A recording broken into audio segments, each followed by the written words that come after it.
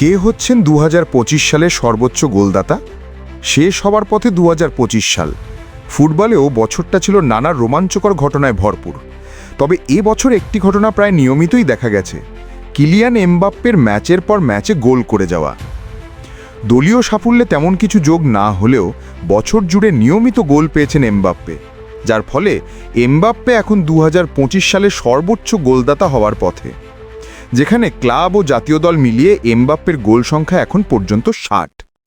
এবছর এখন পর্যন্ত এমবাপ্পেই সর্বোচ্চ গোলদাতা। প্রথমে ক্লাবের পারফরমেন্সের দিকে তাকানো যাক। রিয়েলের হয়ে এমবাপ্পে চলতি বছর এখন পর্যন্ত করেছেন 54 ম্যাচে 53 গোল। এর মধ্যে 23 গোলই এসেছে চলতি মরশুমে। চলতি মরশুমে রিয়েলের মোট গোলের 41 গোলের 56% এসেছে এমবাপ্পের কাছ থেকে। 2024 পঞ্জিকাবর্ষে এমবাপ্পের গোল সংখ্যা 53। ফ্রান্স জাতীয় দলের হয়ে এবছর 7 গোল করেছেন এমবাপ্পে। এবার গোল সংখ্যা আরও অনেক বাড়ানোর সুযোগ আছে এমবাপ্পের। বছর শেষ হওয়ার আগে ডিসেম্বরে ক্লাবের হয়ে আরও 5টি ম্যাচ খেলার সুযোগ পাবেন এই ফরাসি তারকা। এই 5 ম্যাচে অন্তত 7 গোল করতে পারলে 21 শতকে এক পঞ্জিকাবর্ষে ক্লাবের হয়ে সর্বোচ্চ গোলে দ্বিতীয় স্থানে উঠে আসতে পারবেন এমবাপ্পে। তখন তার গোল হবে 60টি। 21 শতকে ক্লাবের হয়ে এক বছরে সর্বোচ্চ গোলে এখন দ্বিতীয় ক্রিস্টিয়ানো রোনাল্ডো। আর 7 গোল করলে এমবাপ্পে তখন রোনাল্ডোকে 3-এ ঠেলে 2-এ উঠে যাবেন। তবে এই তালিকার শীর্ষে ওঠা এমবাপ্পের জন্য অনেকটাই অসম্ভব। ক্লাব ফুটবলে এক পঞ্জিকাবর্ষে 79 গোল নিয়ে তালিকার চূড়ায় লিওনেল মেসি, আর মেসিকে ছাড়াতে হলে এমবাপ্পেকে 5 ম্যাচে করতে হবে 27 গোল।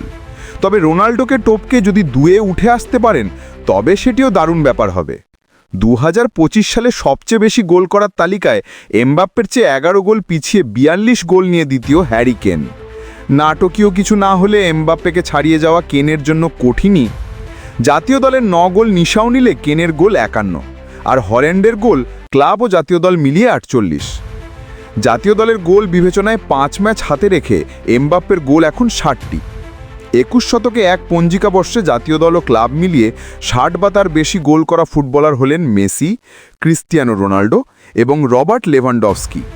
এই তালিকায় এবার প্রবেশ করেছেন এমবাপ্পেও।